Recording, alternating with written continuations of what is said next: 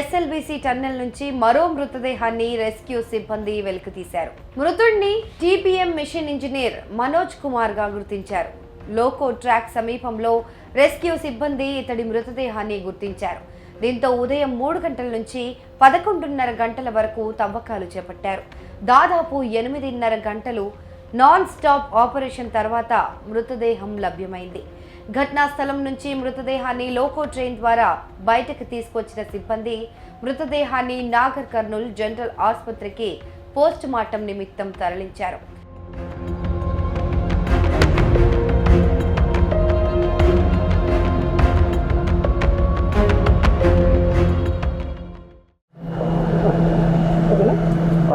Right.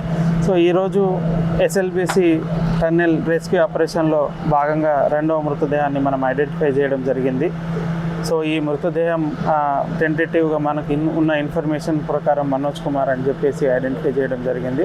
So దీన్ని మనం ఇప్పుడు గవర్నమెంట్ జనరల్ హాస్పిటల్కి పంపించి అక్కడ పోస్ట్ మార్టం కానీ మిగతా క్లీనింగ్ కానీ అన్నీ చేసుకొని ఆ ఫ్యామిలీ మెంబర్స్తో కూడా కన్ఫర్మ్ చేసుకొని దీన్ని వాళ్ళకి నేటివ్ ప్లేస్కి పంపించడం జరుగుతుంది. ఆనరబుల్ సీఎం గారు ఈ మిగతా అందరు వర్కర్స్ దొరికేంత వరకు కూడా రెస్క్యూ ఆపరేషన్ కంటిన్యూ చేయమని నేను ఇన్స్ట్రక్షన్స్ ఇవ్వడం జరిగింది.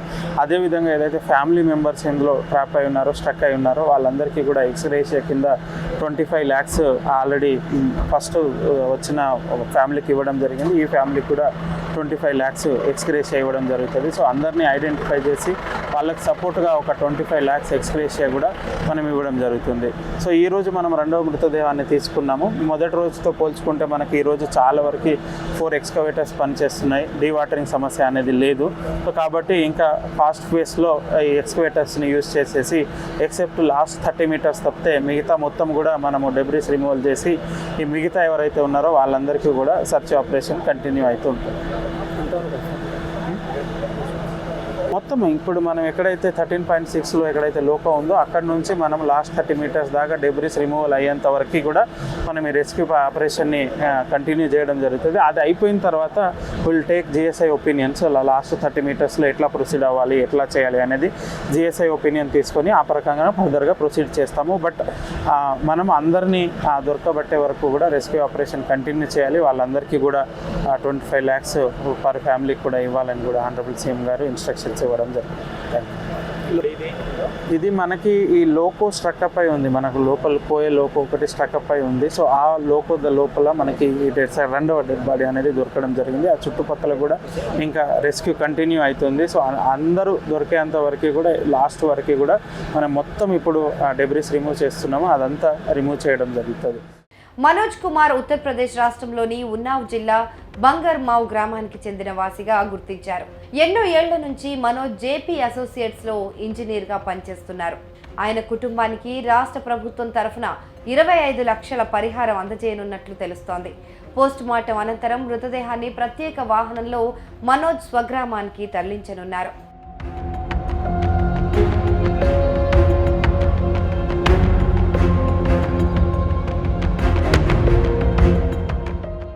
మరో మృతదేహం లభించడంతో శిథిలాలను గ్యాస్ కట్టర్తో తొలగించే ప్రక్రియ మరింత వేగవంతమైంది. ఎస్ఎల్బీసీ సొరంగం పైకప్పు కూల్పోయి 4 రోజులు గడిచిన ప్రమాదంలో మరణించిన 8 మంది కార్మికుల్లో 2 మాత్రమే వెలికితీశారు. ఇంకా 6 మృతదేహాలను వెలికి తీయడానికి సెర్చ్ ఆపరేషన్ కొనసాగుతోంది. దీనిపై సోమవారం CM Revanth Reddy assembly committee హాల్లో సహాయక చర్యల పురోగతిపై సమీక్ష సమావేశం కూడా నిర్వహించారు. ఈ సమావేశంలో ప్రభుత్వం సహాయక చర్యలు నిలిపివేస్తూ నిర్ణయం తీసుకుంటుందని పెద్ద ఎత్తున ప్రచారం జరిగింది. అయితే దీనికి కారణం లేకపోలేదు. చివరి 30 మీటర్లు అత్యంత ప్రమాదకరంగా ఉందని, ఆ ప్రాంతంలో సహాయక చర్యలు కొనసాగిస్తే సహాయక సిబ్బంది ప్రాణాలకు కూడా ముప్పు వాటిల్లుతుందని నిపుణులు ప్రభుత్వానికి చెప్పినట్టు తెలుస్తోంది. కానీ అందరి అంచనాలు తారుమారు చేస్తూ రెస్క్యూ ఆపరేషన్ కొనసాగించాలని ప్రభుత్వం నిర్ణయించింది.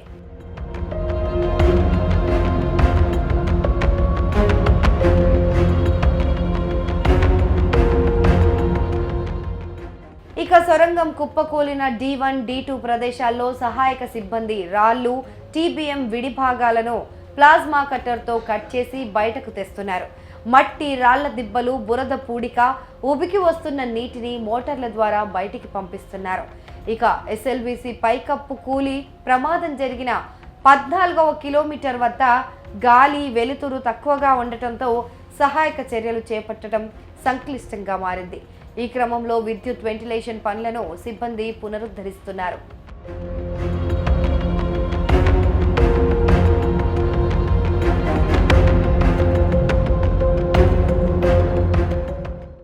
రెస్క్యూ ట్రైన్డ్ జనరల్ మేనేజర్ అండి.